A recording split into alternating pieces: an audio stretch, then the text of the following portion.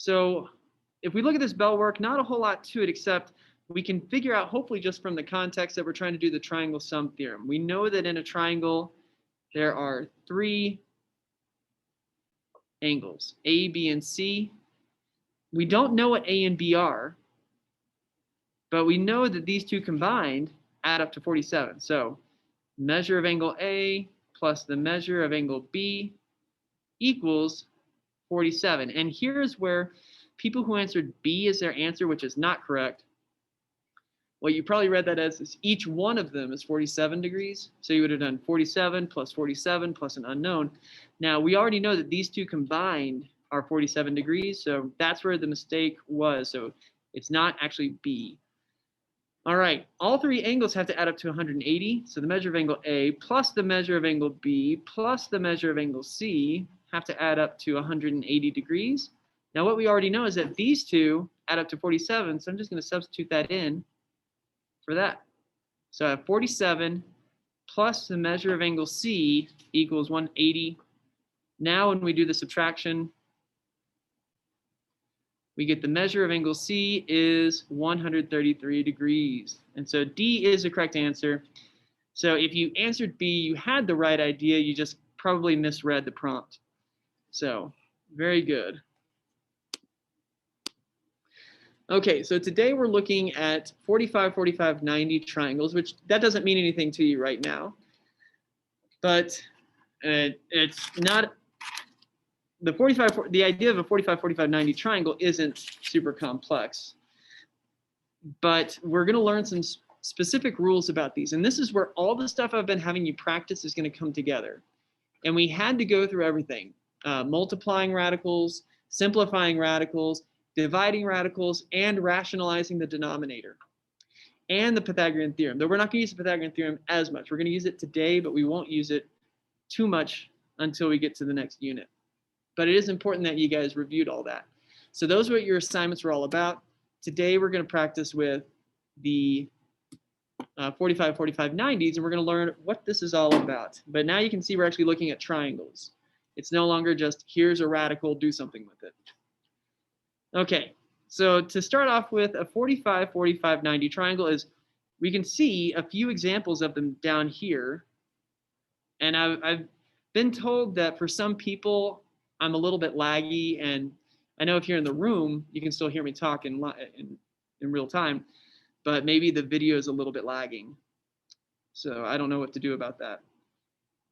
Now, if we look at these 45, 45, 90 triangles, of course, we can see why they're called 45, 45, 90s. We have a 45-degree angle, a 45-degree angle, and a 90-degree angle. We are going to learn rules about these types of triangles today, and then we're going to learn rules about a different type of special right triangle on Wednesday. And then I will tell you right now at the beginning, the tricky part about special right triangles is that you're going to learn 2 sets of rules, and you need to know when to apply a specific set of rules. And the rule, each individual triangle hopefully is not too challenging, but you do have to decide, okay, is this a 45, 45, 90? Is it our next one, which is a 30, 60, 90? You know, and then what rules do I follow? So let's just start breaking this down. So if we look at a square, a 45, 45, 90 is made by taking a square and drawing a diagonal. That's a good diagonal. Okay. So when we draw a diagonal through it, we do create 2 triangles out of it. And we bisected these corner angles. So this is where we get our 45 degrees, because that's half of 90. And this creates an interesting situation where, because we started with the square, we know that all 4 sides are congruent. So if I pull this triangle out, I'm going to look at the bottom right one. I've got my 45-degree angle here. I've got my 45-degree angle here, and I've got my 90-degree angle right there. So we're all good. But here's the thing we can also take with that, is we recognize that this side and this side are congruent. And that's going to be important for us to keep in mind. It's actually going to make our life a lot easier, and we'll see why. Okay, so now we've got 3 examples, and we're going to use some Pythagorean theorem to figure out what is the length of the hypotenuse here. And once we find the length of the hypotenuse, we're going to come up with some patterns. Okay, and we're going to figure out what the rule is. So let's just get started. Okay, first of all, we did study Pythagorean theorem, which is a squared plus b squared equals c squared. I know I didn't live teach that. That was one where I gave you some videos where you could watch and refresh yourself on that because it's not the first time you've seen it. Anyways, what I typically do is if it's a triangle with 3 different side lengths, but it's a right triangle, I like to label the shortest side A, the medium length side B, and the hypotenuse, which is opposite the right angle, is always C. Now, in this case, the 2 sides are congruent, so the A and the B doesn't matter. Even in a different type of right triangle, the A and B don't matter. But just to keep it consistent, I like to do A, B, and C in order of side length, just so there's no confusion. So at this point, I'm going to just substitute in. I'm going to run through the Pythagorean theorem on this. So 10 squared plus 10 squared equals x squared. All right, 10 squared. And I am doing the Pythagorean theorem pretty quickly because in the end, the Pythagorean theorem doesn't matter that much. All right, so we can do 100 plus 100 is 200. And now that we've got this, I can take the square root of both sides. And this is where we're simplifying radicals. And my question to everyone is, what is the biggest perfect square factor of 200?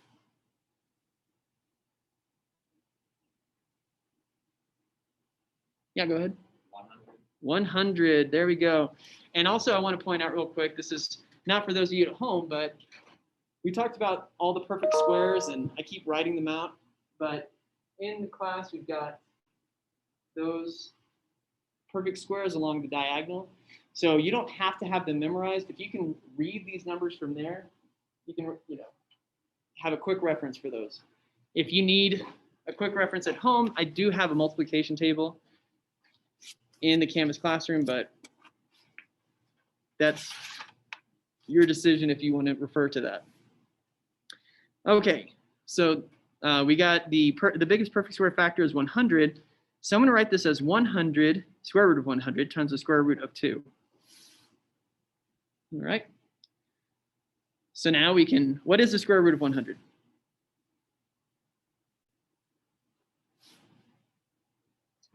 Ten. Thanks. So 10 times the square root of 2.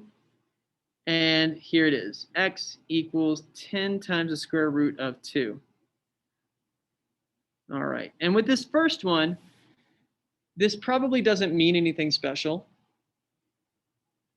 Maybe you already think that you can figure out a pattern or something, and that's good.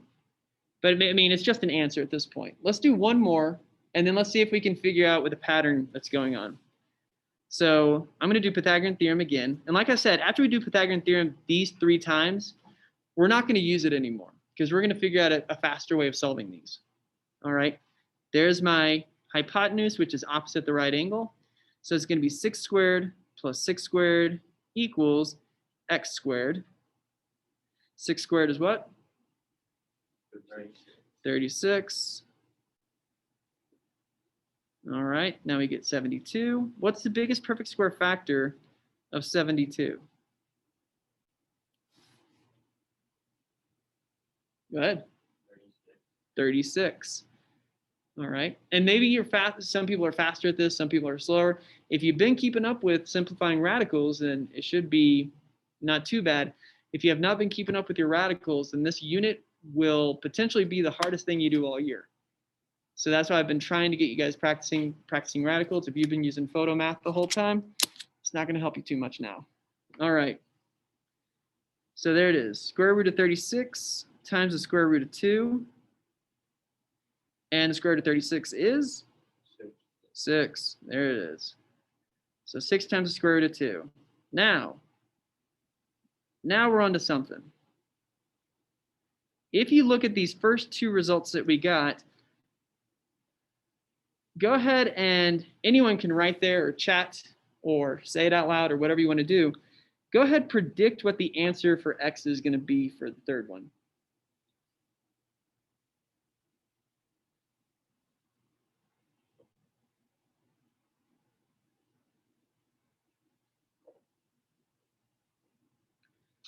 All right.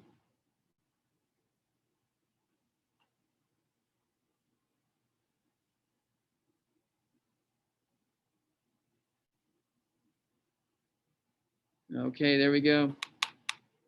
Got a guess here. Does anyone agree with that guess? Does that look like something you would? Okay, got some nods here in the classroom. That's what people would have guessed. Okay, and I'll go ahead and tell you right now, yes, it is 2 square root of 2. You figured out the pattern. It's not complex. All right, so let's go ahead and do Pythagorean theorem just to confirm it. So it's 2 squared. And like this is the last time we'll do Pythagorean theorem because now we'll have a faster way of doing this. So that's 4 plus 4 equals x squared. 8 equals x squared, which I can take the square root of. And we can split it like this, 4 and 2. I'm just doing it really quickly because you already have the answer. So I just want to confirm it. So the square root of 4 is 2 times the square root of 2. There it is. So here's the rule. And I'm going to put it in generic terms. In fact, I will draw a reference up on the board. You don't have to have this memorized. I'm going to put a reference sheet on the Canvas page as well.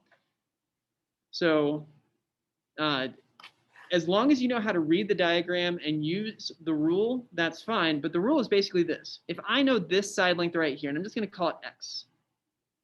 If I know that side length, then these 2 side lengths, that not the hypotenuse, but the 2 leg lengths are going to be congruent. So whatever x is, that's also going to be x. In fact, let me clear this some space right here.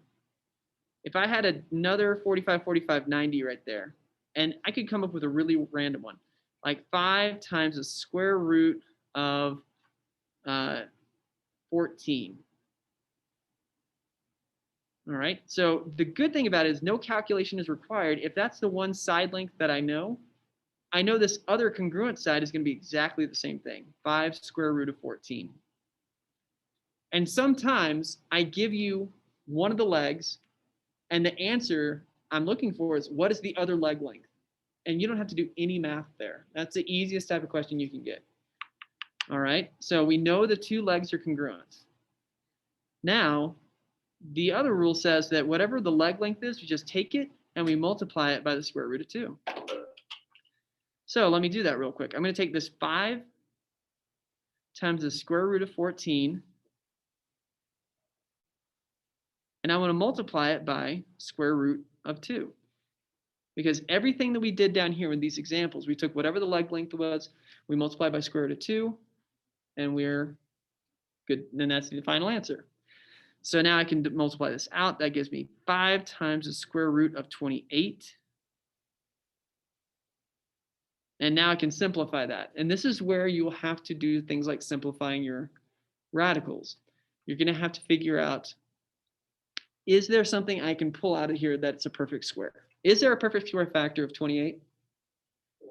4. Very good. So I've still got that 5 times the square root of 4 times the square root of 7. And now I can simplify that even further. I'm not giving myself a whole lot of room to work with it here. What is the square root of 4? 2, yeah. 5 times 2 times the square root of 7. And now I can get my final answer. I'll just put it right here. 10 times the square root of 7. So we started off with 5 square root of 14, and we can figure out the hypotenuse from there. So let me really make sure it's very clear. The only calculations you have to do with this triangle is you're either going to multiply by square root of 2 or you're going to divide by square root of 2. And that's it. And you just need to determine, am I multiplying or am I dividing by square root of 2? Okay. So any questions on this?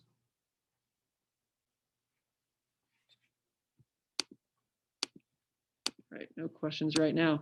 We're going to go through a few examples. And I do have some Delta Math homework for you guys to do tonight. It's going to be 10 practice problems. Let's go and look at what those are going to look like. Now, I will tell you right now, Delta Math solves these a little differently than we do. So when you look at the answers that they give you, let me pull up a new one. This is a good one to start with. Okay. When they give you the the answer, they're going to solve it a little differently than I do. And so that might throw you off a bit, but you can certainly feel free to ask questions if you're getting confused because of the way that Delta Math is explaining it. But we do have our basic rule. I'll try and just leave this up the whole time. I might erase everything and throw this off, but there we go. That's what we got. And I'll just put that right there. That's a 45, 45, 90. So let's look at this example right here. In this, they want us to find the length of side X. And the way that you approach this problem, the very first question I want you guys to ask yourself is this a 45, 45, 90 degree triangle? Or is it, and we don't know about the other one yet, but it's a 30, 60, 90. So I'm jumping to the end. Eventually, you're going to have two different types of triangles, and you have to determine which one is it. Now, we can kind of skip this step because we know we're looking at a 45, 45, 90. Everything you're looking at today will be. All right, so that's good. We're good with that. Now, the next question we want to ask ourselves is, the information that we know, is it the leg or the hypotenuse? And in this case, what is it? The leg. We know the leg. And maybe kind of a secondary question for that is, what are we solving for? The other leg or the hypotenuse? The hypotenuse. Yeah, there we go. And these aren't complex questions, but we do want to kind of focus in on what we're asked to do. So luckily, according to our rule, and for some people, this diagram doesn't explain it clearly enough, and I can write out some formulas. If we know the leg, or if we want to find the hypotenuse, I'll just put HYP for hypotenuse. We just want to take the leg and multiply by the square root of 2. If we know the hypotenuse and we want to solve for the leg, we can take the hypotenuse and divide by square root of 2. Oops, not the square root of square root of 2. There we go. I got it eventually. So if you like having formulas, then you can work with that. Okay. So anyways, now we know we've got the leg. We're solving for the hypotenuse. This means that I want to multiply by the square root of 2. And this one's really straightforward. What's 7 times square root of 2?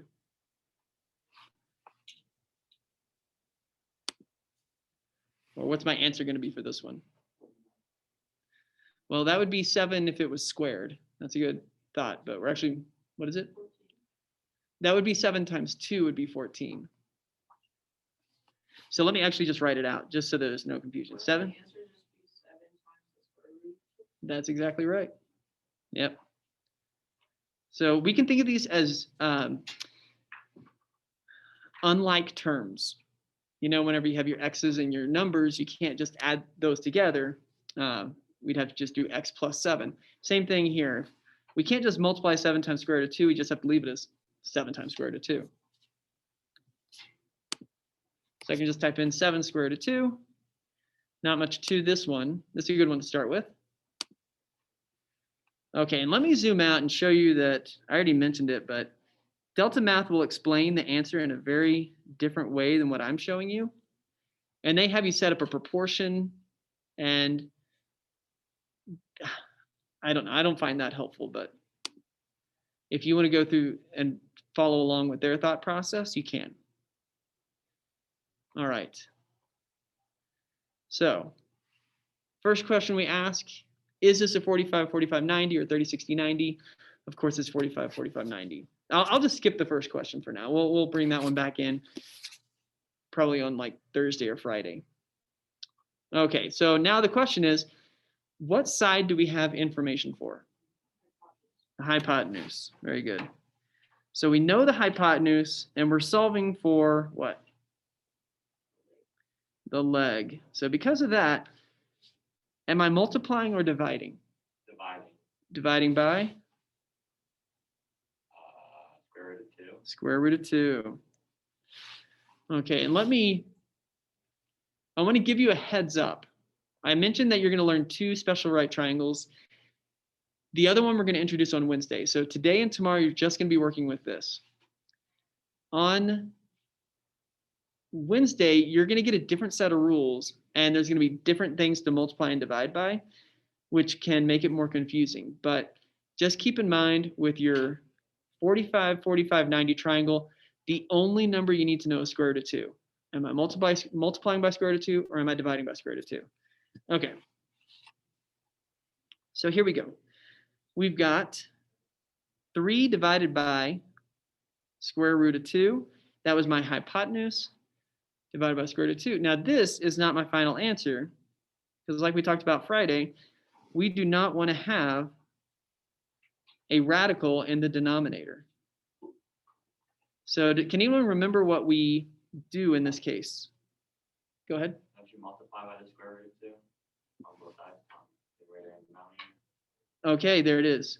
We take whatever radical is down here, in this case square root of 2, and we multiply by that number over itself. And now we can just multiply across 3 square root of 2 over square root of 4. And now the square root of 4 is, yeah, there we go. Now, can we simplify that any further? And this might, if you haven't been keeping up with your radicals, this might be a tough question for you. This one maybe not, because you just have 3's and 2's. But in some cases, you're like, I'm not sure if I can go any further. I think this is as simple as it can get, and it can be a little bit challenging. And I can work with you if you still have questions about that. But in this case, maybe we're all convinced this is as simple as it gets. So let me go ahead and type the answer in. 3 times the square root of 2, and then we move out from under the radical. We can divide by 2. Okay, we'll submit that. And this might not look like a better answer to you. Maybe you prefer 3 square root of 2, 3 over square root of 2. But according to the kind of the traditions of math, we want to simplify it this way. All right, any questions on this problem? All right. What I encourage you to do, I will put this up on the board, but I encourage you to write this down. In fact, everyone in class should have some paper out also, because you will be doing some work with this later. And of course, you're going to need to have some paper out so you can maybe copy the problem down. So we did this one right. Let me just bring up another problem while you guys are getting that out. Okay.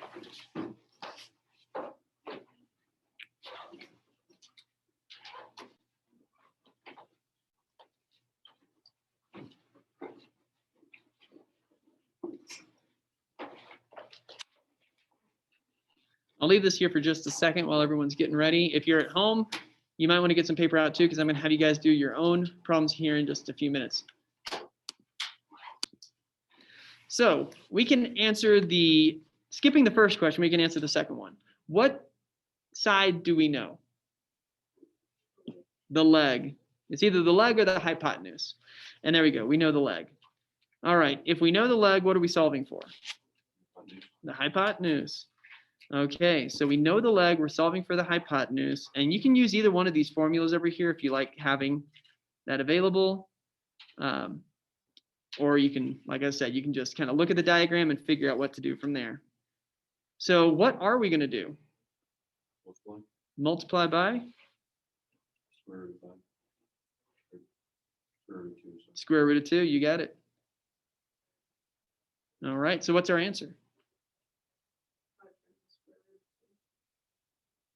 Well, we started with the square root of 5. Yeah, and we can actually combine those under the same radical. Because these are now like terms, we can just multiply them to get what? Yep, square root of 10. Can the square root of 10 be simplified? Yes. Does it have a perfect square factor? No. There are some numbers that can drive you insane because you're like, oh, surely there's a perfect square factor, and you realize there's not. So 30 is one of those. If you go through, you're like, surely there's a perfect square factor of 30, but there's not. So, and that's just, you kind of have to run through the factors sometimes. Okay. So anyways, we got our answer. We can just plug. This one's pretty straightforward. I want to try and find different types. But you'll see a lot of them aren't super complicated. Some of them can get more so. Okay, we did that one right. All right, does this all seem pretty doable so far? All right. So not too bad. I'm looking for a specific type of problem.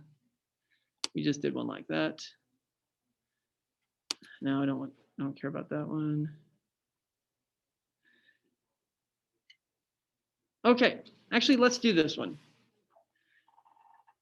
All right, we'll do this one together. All right. So what do we know? Hypotenuse or leg? Hypotenuse. What are we solving for? Leg. Yeah, if it's hypotenuse, we're always solving for the leg. Okay. So what do we do to solve for the leg? There we go. And now I'm using this formula right here. If you are looking at those formulas, just to know how I'm setting it up, the leg, the unknown, which is x, is going to be our hypotenuse divided by square root of 2. Now, as far as simplifying this goes, I could combine this right here, make it the square root of 7 halves, but actually we want to approach this a little differently. If it can divide evenly, that's great. Like if it's square root of 8 divided by the square root of 2, I just do that and end up with square root of 4 and then simplify from there. But I don't really want to have the square root of a fraction. So instead, what's something else we could do to simplify this?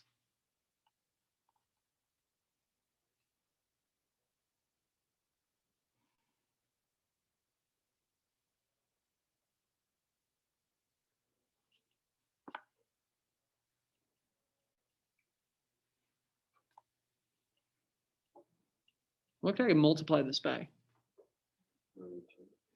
There we go. Square root of 2 over square root of 2. Now this is one it's important for you to see this. It's good for you to know, but I will probably avoid giving you a problem like this on the test. So, but still, it's good practice with everything we've been learning. So it's not a bad one to do. So when we multiply across the top, what do we get? 14. There it is. And then we multiply across the bottom, we get, the bottom is pretty straightforward. So now I can get square root of 14 over 2. I'm not going to worry about that last step as much. Now, if at this point we could take the square root of 14 and simplify it, we would do so. I don't think there's a factor that works. So square root of 14 over 2. And there it is. So if you're going to end up with a fraction, make sure that the denominator is rational. Let's just keep it straight that way. So let me just look for one more problem. Actually, 2 more problems, but one of them will be very simple, straightforward. It might take me a second to scroll through until I find one. No. There we go. You will get problems like this. What do we know? You're finding the leg and you already know the other leg. Yeah, so these problems are great. If you come across this, you should be super happy. You're like, oh, good, I don't have to do any math here. What's the answer? 7. Okay. So, and like I said, if there's any questions about this, let me know.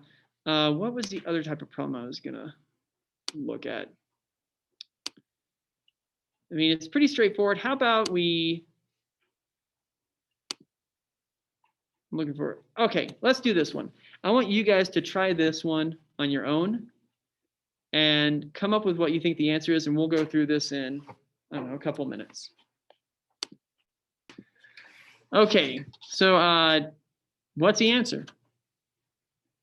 Anyone feel brave? Shout it out. You can just write the answer wherever you want on the screen if you feel like you got it. Or you can say it if you want. I think I got 1. Got 1? Okay. I got something different. Okay, I'm seeing some answers right here. And I like this one. And I saw it written right here also. So I like those answers. but we can simplify that a little bit more.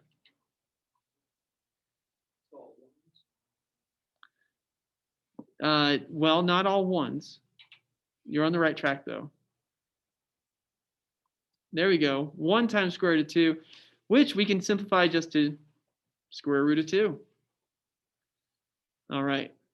So this is, I'll point out that this is correct. If you got to that point, you are technically correct, but that's not as simple as it can be because these can be divided by 2. So we get 1 and 1 right here. So this essentially just becomes square root of 2. Okay, does that make sense? Okay, so let me just run through the steps on this. Okay. So as far as it goes, just in case anyone was lost, we are dividing by square root of 2. So 2 divided by the square root of 2, oops. We have to rationalize the denominator. It's going to be square root of 2 over square root of 2, which will be 2 square root of 2. When we multiply square root of 2 times square root of 2, we just get 2. So that's the answer that a lot of people were showing, but that's where we can just cross those out and we end up with square root of 2. Okay, so there it is, and we'll just plug it into, I don't know, just for completeness sake, I guess. And there it is. So at this point, I'm going to stop the recording, officially stop the class, but we can run through as many other examples as you guys need. If you have questions, if you're in the class, I can come around and help you. If you're at home and you have questions, I will stick around to make sure that I answer those. All right, so if you're good to go, have a wonderful day, and I will see you guys online tomorrow. And in class, I'll see you still.